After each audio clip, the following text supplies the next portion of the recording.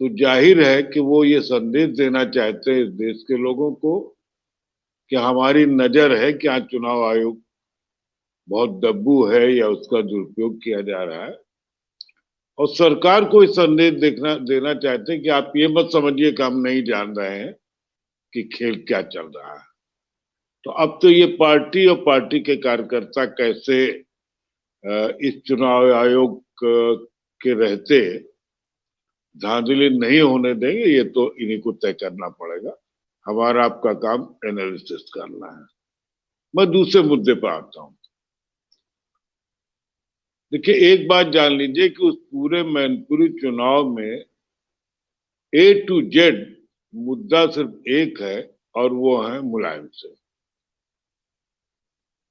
उनकी क्या कहते हैं हैसियत जो थी, उनका जो इस क्षेत्र पर दबदबा था, जिसको हमने आपने उनके मृत्यु के समय देखा। बहुत अंदाज नहीं लगता, लेकिन मुझे नहीं याद आता है कि कब से 20 साल 30 साल में और जगह किसी का हुआ तो नहीं कह सकता कि कोई नेता 5 साल 10 साल से कुर्सी पर ना हो, फिर पार्टी में भी निर्वाचन की जिंदगी जी रहे थे। इसके बाद जो जन सैलाब उमड़ा, तो ये दिखाता है कि जनता के वो वाकई नेता थे। तो मुद्दा सबसे बड़ा वही है, उन्हीं के नाम पर वोट मिलेगा। और ये बात मुख्यमंत्री खुद समझ गए, इसीलिए उन्हीं के नाम पर वोट मांग रहे हैं कि हम तो नेताजी के का ही आशीर्वाद लेने आए। तो वैसे ही है जैसे तो हम मतलब किसी सर, घर। समाजवादी पार्टी, तो इसका मतलब उनको ये क्लियर था कि इस बार का जो ये चुनाव है वो चुनाव नहीं, वो आशीर्वाद ही होगा। इसलिए खुद बीजेपी ने भी वही रास्ता अपना लिया, यानी कि बीजेपी अपने उस विकास की, हिंदुत्व की, ये तमाम बातें इन सीटों पर नहीं कर सकती उपचुनाव में। देखिए, हिंदुत्व का तो ऐसा मामला कि जैसे बड़ा चुनाव होता है तो वो ज्यादा मैटर करता है। अब 3 सीटों का चुनाव है, खतौली में मुझे पता नहीं हिंदुत्व चलेगा नहीं चलेगा। आजम खाली वाली सीट पर एंटी मुस्लिम उसका फायदा उठाएंगे, लेकिन यहाँ पर हिंदू वो जानते हैं कि हिंदुत्व के नाम पर वोट नहीं मिलेगा। दूसरी बात आप ये देखिए कि जिस ढंग से शिवपाल यादव जी की सुरक्षा कम कर दी गई, और अब उस गोमती रिवर फ्रंट पर सीबीआई ने एप्लीकेशन दे दी कि हमें पूछताछ करने की अनुमति दी जाए। वो गोमती रिवर फ्रंट हमारे घर के बगल में ही है। तो मैं आज ही सोच रहा था कि भाई ये तो, और उस पर अच्छा खासा पैसा भी, और शहर के लिए एक बहुत अच्छी थी जगह, तो वो पैसा सब बर्बाद गया क्योंकि बीच में काम रोक दिया गया। तो बस है, वो धीरे धीरे गंदे नाले में परिवर्तित हो जाएगा। तो कभी कभी होता है कि इस तरह की घटनाएं एंटी पड़ जाती, जिसको कहते हैं ना सर, इतना बूमरैंग ऑब्वियस करना। क्यों कर देते हैं, इतना ऑब्वियस क्यों कर देते हैं? अगर शिवपाल यादव और अखिलेश यादव का आपस में बातचीत हो गई, एक परिवार है, खून है, जो भी कहा जाए, एक पार्टी भी रहे हैं, सब कुछ रहे हैं, तो इतना ऑब्वियस क्यों कर देती है बीजेपी की? तुरंत उन्होंने सिक्योरिटी वापस ले ली और ये दिखा दिया कि अभी तक जो सिक्योरिटी थी वो इसलिए दी गई थी ताकि वो उनके खिलाफ बोलते रहे। ठीक बात है। देखिए, वो एक स्टाइल है, बीजेपी का अपना स्टाइल ये है, कोई पॉलिटिकल लोगों में समाज को मैसेज देना चाहते हैं कि आप हमारे साथ हैं तो सब ठीक है, लेकिन अगर आप हमारे अगेंस्ट है तो फिर हम आपको नहीं छोड़ेंगे। आप, कुछ पार्टियां होती थी पहले, वो दिखाना नहीं चाहती, करे भले। ये बीजेपी का है कि वो दिखाती है कि देखो ये हमारे साथ से गए तो हमने ये किया इनके साथ। तो बाकी जो लोग भयवश या तिकड़मवश भाजपा में है, उनको संदेश दिया जाता है कि देखो इधर उधर भागने की कोशिश न करना, नहीं हम तुम्हारे साथ भी करेंगे। और ये जो दोनों काम है बूमरैंग कर सकते हैं उस क्षेत्र की जनता में, जहां शिवपाल भी काफी पॉपुलर है। जी।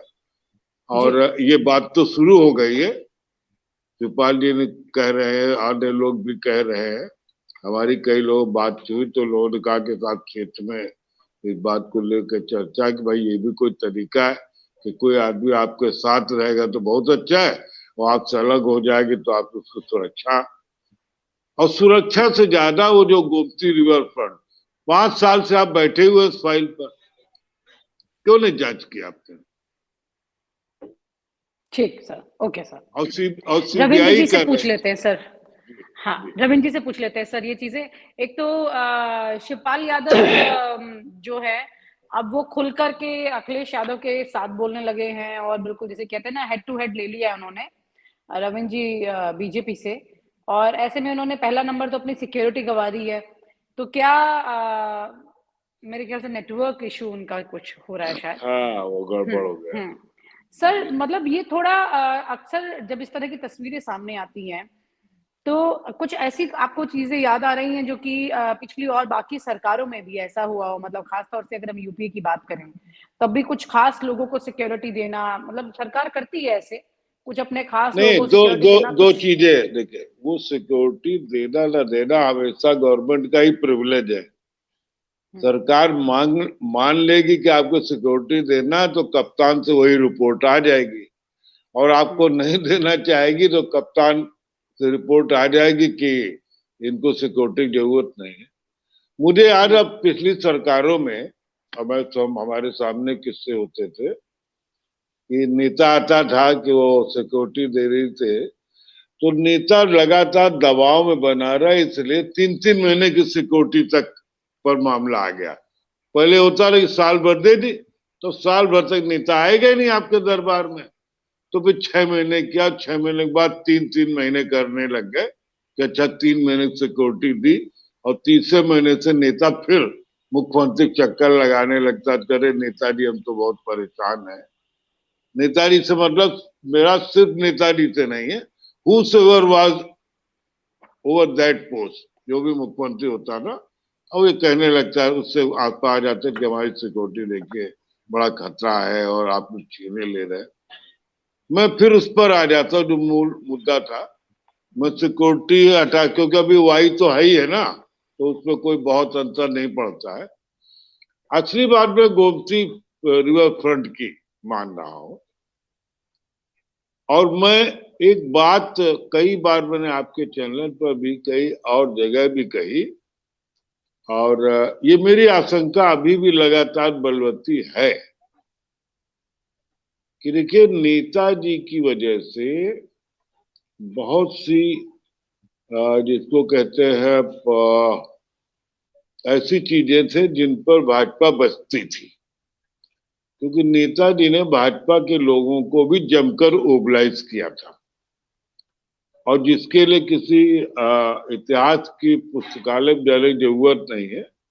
लोगों को मालूम है, कुछ घटनाओं का मैं स्वयं गवा रहा हूं, और वो अक्रॉस दी पार्टी लाइन करते थे। ऐसा नहीं, कांग्रेस के नेता भी काम कर देते थे, बीजेपी वाले भी कर देते थे, प्रेस वालों भी कर देते थे, तो इसीलिए उनकी लोकप्रियता बहुत थी। तो मुझे मामला ऐसा लगता है कि शायद ईडी सीबीआई का तो शुरू हो गया। मैं कह रहा था कि जिस दिन नेताजी नहीं रहेंगे तो ये ईडी सीबीआई के जो बहुत से मामले अभी छिपे हुए हैं, आप मेरा इशारा समझ रही हैं, उन पर मार शुरू हो सकती है, और ये जो प्रवक्ता महोदय ये भी समझ रहे हैं, क्योंकि देखिए अब कोई लिहाज नहीं है, और बीजेपी का अपना एक पॉलिटिकल स्टाइल है, उससे हम एग्री करें डिसएग्री करें कि नहीं आप हमारे साथ है तो ठीक है, वरना हम फिर हमें ये, अब आप बताइए अगर एक सीट मान लो, बीजेपी यही कह रही थी कि भाई नहीं नेताजी की सीट है, नेताजी ने हमको आशीर्वाद दिया था संसद में, और नेताजी बहुत अच्छे बड़े आदमी, हम चुनाव ही नहीं आ लड़ेंगे, तो शायद उनका उनका मॉरल बहुत बढ़ जाता, लोग ताली बजाते पूरे देश भर में, और सीट तो एक ही है, और वो भी 24 में फिर चुनाव होगा। बल्कि सर इस तरह की चर्चाएं काफी तेजी से हो रही थी जब तक कि नाम अनाउंस नहीं किया था कि शायद बीजेपी इस बार कुछ करने जा रही है इस तरह का। लेकिन ये तो रण है ना, तो जंग तो होती है। नहीं, वही मैं कह, जैसे महाराष्ट्र में वो लतिका वाली सीट पर किया गया, इसीलिए चाहे पॉलिटिकल कारण क्यों नहीं भाई, एक परंपरा रही है कि बड़े नेता के पर निधन हो जाए तो उसके परिवार वाले के खिलाफ चुनाव नहीं लड़ाते। और ये करती तो मुझे लगता है कि जो बहुत से दाग हैं बीजेपी को धुल जाते हैं। और ये लोग पूरे देश में कहते घूमते हैं कि देखो हम रिश्तों का कितना ध्यान रखते हैं। नहीं क्या उन्होंने तो भाई हम उनको कोई कोस भी नहीं सकते, उनका चुनाव लड़ने का एक अपना अधिकार है। लेकिन जब मुख्यमंत्री जा करके ये कहते हैं कि मैं नेताजी के ही नाम पर वोट, उन्हीं का आशीर्वाद लेने आया हूं, तो ये तो आप मान लीजिए कि उन्होंने मान लिया कि यहाँ वही एक मुद्दा है, नेताजी के ही नाम पर जीत होगी और नेताजी को अगर लोकप्रियता खत्म हो गई तो उन्हीं की हार होगी। ये चुनाव उन्हीं की जीत और हार का है, डिम्पल जी के जीत और हार का नहीं है। अब एक बात बड़ी कही जा रही है कि गली गली घूम रहे। अरे भाई, चुनाव लड़ना है एक ऐसी पार्टी से, तो साहब गली गली अगर घूम रहे हैं तो क्या भाई अपनी बीवी के लिए वोट मांग रहे हैं? रामचंद्र जी अपनी पत्नी के लिए कहा नहीं जंगल जंगल घूमे, ये तो बेचारे मैनपुरी में घूम रहे हैं कि वोट दे दो। और इससे बुराई क्या भाई? ठीक है, चुनाव हो रहा है, हम लड़ रहे हैं। और इसके पहले जब वो आजमगढ़ और रामपुर नहीं गए तो उनको कोसा गया। बताइए, चुनाव को सीरियसली नहीं लिया, और सीरियसली ले लिया तो भी सोशल मीडिया पर युद्ध मचा हुआ है। ठीक है, बातें चलती रहती है, लेकिन मैं सोचता हूँ वहां नेताजी ही चुनाव है, नेताजी ही मुद्दा है, नेताजी ही मरणोपरांत जीतेंगे या नेताजी ही मरणोपरांत हार जाएंगे। और आप हमसे जुड़े रहने के लिए सब्सक्राइब करें YouTube पर, फॉलो करें ट्विटर पर और लाइक करें Facebook पर। और ज्यादा जानकारी के लिए आपको टाइप करना होगा सिर्फ न्यूज नशा।